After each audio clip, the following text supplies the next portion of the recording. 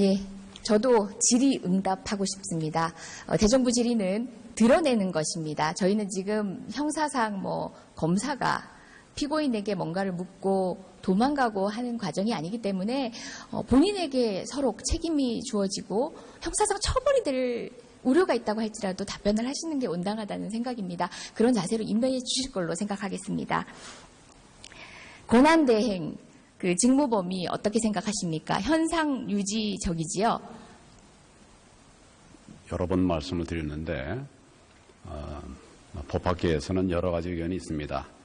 현상 권한대행은 대통령의 현상 정책을 현상 유지해야 된다라고 하는 의견도 있고, 현상 유지하되 예외적으로 포괄적인 허용이 되어야 되는 부분도 있다, 이런 의견도 있고, 또 포괄적으로 전면적으로 헌법에 아무런 제한이 없으니까 다 행사할 수 있다, 이런 의견들이 있습니다. 그렇지만 저는 그런 어떤 의견이 중요한 것이 아니라 지금 우리 국민들에게 필요한 부분, 국정 안정을 위해서 무엇이 필요한가, 이런 관점에서 판단을 해야 될 것이고, 그렇게 하다 보면 이제 국회와 또 이렇게 의견이 다를 수 있는 부분이 있다면 그런 부분은 또 협의해가면서 그렇게 할 수 있겠다, 이런 기준을 갖고 있습니다.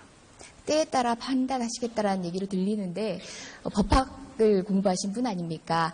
법조인이시고 저도 법조인이니까 어떻게 보면은 다소 국민들께는 어려운 말일지라도 얘기를 해보겠습니다. 현상 유지와 관련해서는 거리시와 사고시를 달리 봅니다. 우리가 법학 서적을 보다 보면요, 이견이 있다라고 해서 다 똑같이 보지 않지 않습니까? 다수설, 소수설, 유력설, 통설 이렇게 나누어 보지요. 그건 알고 계시지요? 네, 그렇습니다. 그 가운데서 거리와 관련해서는 60일이라는 기간 한정이 있다라는 걸 전제로 해서 다른 이견도 존재하기도 합니다. 그런데 다수설은 현상 유지해야 된다라는 견해입니다. 본건과 같은, 그러니까 박근혜 대통령이 탄핵 소추로 직무가 정지된 같은 경우는 사고라고 봅니다. 대통령이 형식상 존재하기 때문에 그 권한은 현상 유지일 수밖에 없다는 것이 대부분의 견해입니다. 심지어 다수설, 유력설도 아니고 대부분의 견해입니다. 이견이 없습니다. 사실상 유의미한 소수견해가 없다는 얘기입니다. 학자들의 연구의 결과는 존중하시지 않습니까? 그 권위를 달리 이해하고 계시진 않으시죠? 여러 의견들이 있습니다. 지금 의원님 말씀하신 그런 것보다는 더 좀 넓은 의미의 여러 의견들이 나오고 있는 여러 것으로. 의견이라니요? 제게 설명 좀 해보시겠습니까? 저는 법학서적 몇 개를 확인하고 왔습니다. 예, 방금 말씀드린 것처럼 그 세 가지 의견이 있는데, 고리와 사고에 따라서 구분하는 의견도 있고, 또 그것 같이 포함해서 같이 포괄적으로 인정해줘야 된다고 하는 이런 의견도 있습니다. 자, 기본적으로는 정당성이 없는 국무총리입니다. 그지요? 국민적 정당성. 누가 말씀입니까? 어떤 총리든 대행 총리는요. 정당성이 없다고요? 예, 헌법 공부하시지 않습니까? 정당성이라는 게 정치공학적으로 그리고 헌법학적으로 어떤 의미신지는 알지 않습니까? 민주적 정당성, 국민적 정당성 이렇게 묻겠습니다.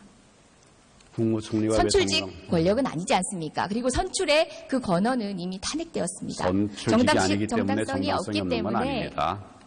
그냥 일반 공무원하고는 다르지 않습니까?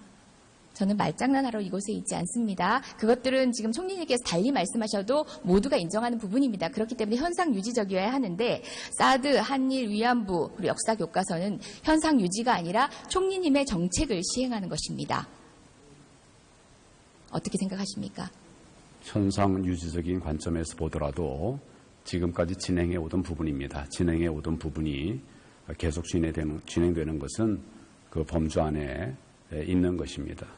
촛불 여론이 대통령 탄핵과 더불어서 사드, 한일 위안부 합의, 역사 교과서를 반대했습니다. 촛불 여론이 대통령 탄핵의 결과를 가져왔습니다. 그렇다면 이 부분에 대해서도 반대하는 여론이 이 정도입니다.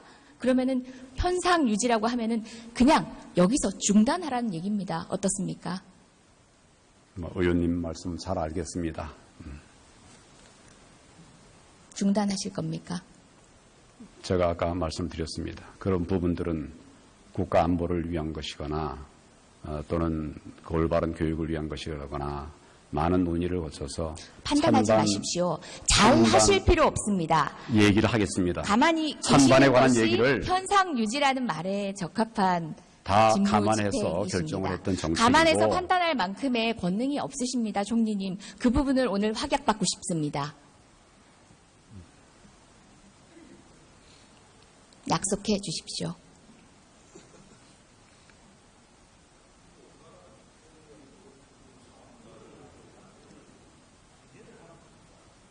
뭐 얘기를 할까요? 네, 얘기 중간에 끊지 않아 주셨으면 좋겠습니다. 길게 하십시오. 그동안 쭉 여러 가지 의견들을 들어서 어려운 그런 국정과제를 세웠고 또 이슈를 논의해서 결정들을 했던 그런 것이 국가 안위와 또 우리 민생을 위한 것이고 또 우리나라의 미래를 위한 것이라고 한다면 이런 것은 꼭 해야 되겠다. 이렇게 해서 그동안 결정을 해서 진행을 해온 부분들이 있습니다. 이런 부분들을 유지하는 이런 것들이 필요한 그런 부분들은 그렇게 해나가도록 하겠습니다. 지금 한 문장에서도 여러 가지가 모순이 되고 있어요. 미래를 위한 고민은 황 총리님이 하실 게 아니라 차기 대통령께서 하시는 겁니다. 현상 유지란 말과는 너무 상반된 얘기입니다. 현상 유지, 사전적 의미는 지금의 상태를 그대로 버티어 나가는 겁니다. 최소한의 조치만 하는 겁니다. 구멍 뚫리면 살짝 막으시면 됩니다. 지금 말씀하신 고민들은 대통령께 맡겨주십시오. 황 총리님의 권한이 아닙니다. 자, 지난번 현안 질의에서 황 총리님이 최순실을 찌라시 보고 알았다고 답변했습니다. 저 놀랐습니다. 두 번 놀랐습니다. 먼저 일국의 총리가 비선 실세자 보안손님을 찌라시 보고 알았다는 거, 이건 정말 무능한 겁니다. 근데 두 번째로는 거짓말이라서 놀랐습니다. 이건 정말 유능한 거짓말장이가 되는 건데요. 둘 중에 어느 걸 선택하실지 모르겠지만 드러난 증거는 유능한 거짓말장이를 가리키고 있습니다. 어떻게 생각하십니까? 최순실 찌라시 보고 알았습니까? 의원님의 무능이라는 말씀도 거짓말이라는 말씀도 다 동의할 수 없습니다. 최순실이 국정을 농단할 때 어느 지위에라도 계시면 100번 양보해서도 책임을 지는 게 고위 관료의 온당한 자세입니다. 그것이 억울하다고 생각하시면은 직을 내놓으시고 항변하시면 됩니다. 관련되고 연루되고 그간 정들었던 대통령님을 비호하고 싶으면 직을 내놓으시고 하시면 됩니다. 그 자리에서 하실 말씀이 아닙니다. 저는요, 국정농단 사태에 책임이 없는 야당 의원이지만 저는 국민께 너무 죄송합니다. 저는 꾸벅 죄송하다고 말씀드리고 싶습니다. 근데 왜 총리님은 말씀을 못하십니까? 저 정말 죄송합니다. 그런데 대통령은 탄핵 전 소추가 제 돼 무능이 있고 부끄럽습니다. 탄핵 왜 이 소추가- 사태가 될 때까지 못 막았는지 제 무능이 부끄럽습니다. 총리님은 어떠십니까?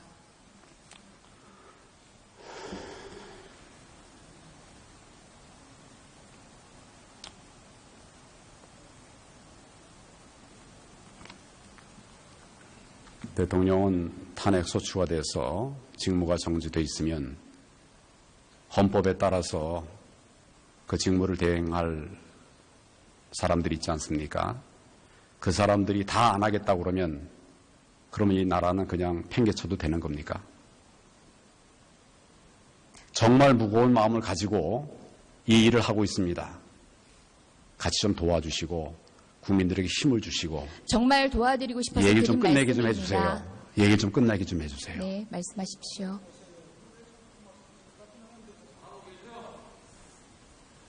그렇게 좀 도와주셨으면 좋겠습니다. 탄핵 이후 2주가 지나도 60만 촛불이 거리에 나왔습니다. 당시 이번에 들고 나온 구호는 황교안 탄핵이었습니다. 그럼에도 불구하고 국회는 총리님을 유임하고 있습니다. 마지막 기회를 드리는 게 어떻게 보면 이 대정부 질문, 저와의 답변이실지도 모릅니다. 반성하셔야지요. 무거운 책임감을 느끼셔야지요. 국회가 명령을 하면 그대로 따르겠다라는 정도라도 약속은 주셨어야지요. 자, 최순실과 관련된 얘기 잠깐 보겠습니다. 황교안 총리의 블로그 글입니다. 2007년 당시에 경선 후보들 간의 검증 공방이 한창일 때 박근혜 대통령 편을 드셨더라고요. 독실한 크리스찬으로 알려져 있지만 경선 경쟁은 몹시 초한 모습을 보이고 있다. 당시 경선 경쟁에서 가장 논란이 됐던 부분은 최순실, 최태민 일가의 연관관계였습니다. 알고 계셨네요. 개인 블로그에 글까지 올리셨네요. 다음입니다. 지금 뭘- 2013년 정윤회 문건 의원님. 파동 사건도 의원님, 직책은 지금 그게 법무부 뭘 얘기한 건지 좀 장관이었습니다. 봅시다. 자, 그다음 법사위 속기록 보시겠습니다. 아직 질의도 안 했습니다. 잠깐 기다리십시오. 여당 의원들이 강력한 수사를 촉구합니다. 무엇에 대해서? 정윤회 문건 파동에 대해서. 그리고 심지어 정유라의 승마협회 사건에 대해서도 질의도 있었습니다. 그런데 그런 사건 파악도 안 하시고 찌라시로 봤다고요? 거짓말이지 않습니까? 마지막 증거 보여드리겠습니다. 2014년 10월 8일 검찰의 공소장입니다. 상케이 신문기자 칼럼에 대한 명예훼손 건입니다. 관련해서도 정 씨를 언급하는 것들이 여러 번 나옵니다. 자, 이 정도 되면은 3번의 공적인 인지 과정이 있었어야 온당합니다. 근데 찌라시 보고 알았다고 합니다. 저도 부끄럽습니다. 일국의 총리가 어떻게 찌라시 보고 국가를 농단한 사건의 주역을 찌라시 보고 알 수 있습니까, 총리님? 여전히 무능한 바보를 선택하시겠습니까?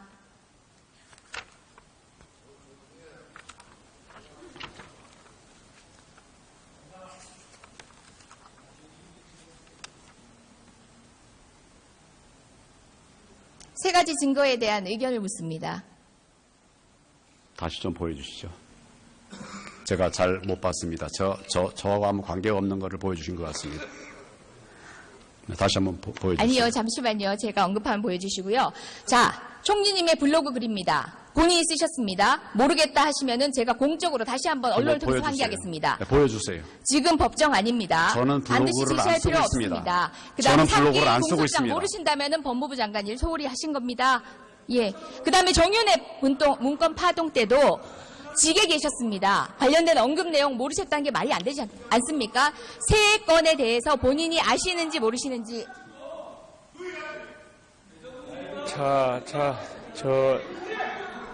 조용히 하시고요. 자, 의원들 거의 다 끝났으니까 조용히 하시고, 우리 이재정 의원도 우리 총리께 진지하게 질문해 주시고, 총리께서도 좀 잘 답변해 주셨으면 좋겠습니다.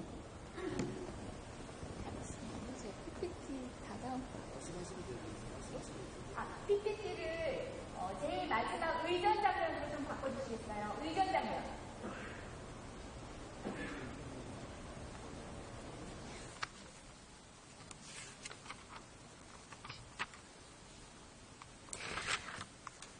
대통령 코스프레 하냐는 말에 발끈하셨지요. 첫 번째 장면 보십시오. KTX 플랫폼입니다. 자동차 들어갔습니다. 저기서 총리님 내리셔서 KTX 바로 타십니다. 구로노인 종합복지관에서 엘리베이터 내려오신 노인분들 보이시나요? 총리님 타시느라고 엘리베이터는 서 있습니다. 충북 오송역 버스 승강장 마찬가지입니다. 지금도 혹시 그 권위를 누리고 싶으신가요? 차라리 반성해 주십시오. 그렇게 모르쇠로 일관하고 계셨던 분들 구치소에 계시고 그 부끄러움을 지금은 느끼고 계십니다. 총리를 비롯한 여기에 강요 여러분들은 그런 뒷모습을 보이지 않길 간절히 바랍니다. 들어가십시오.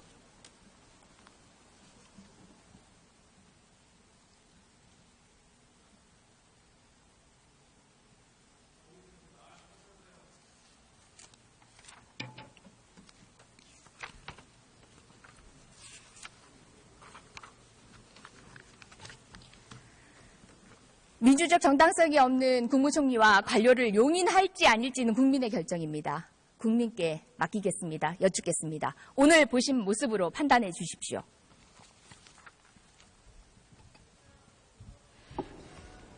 이재정 의원 수고하셨습니다.